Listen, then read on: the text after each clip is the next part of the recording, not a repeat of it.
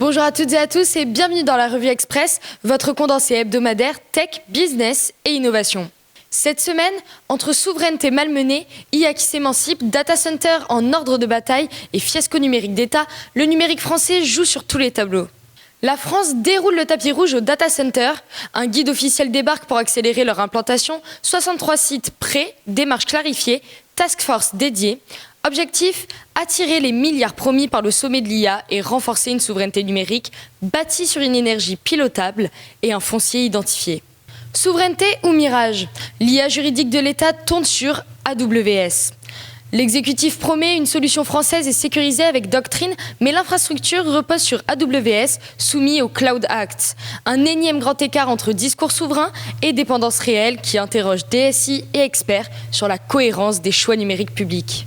OVH Cloud pris en étau. Souveraineté promise, extraterritorialité imposée. La justice canadienne exige des données hébergées en France et au Royaume-Uni en contournant les accords d'entraide. Mais la filiale canadienne ne peut techniquement y accéder et la loi française interdit tout transfert direct.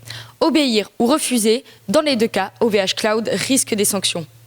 La France affûte ses boucliers avant l'assaut quantique. Thales et le CEA éprouvent les algos HOC et FEST face aux attaques par canaux auxiliaires pour bâtir les futures certifications européennes.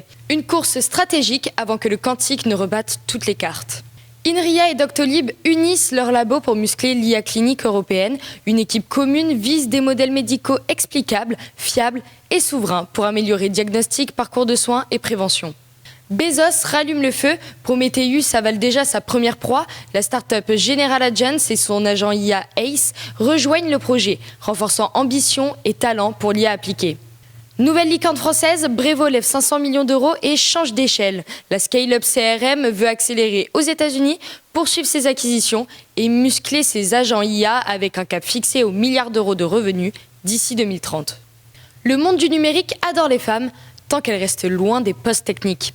D'après l'OPIC, 38% des recrutements des entreprises IT viennent de profils en reconversion, femmes comme hommes.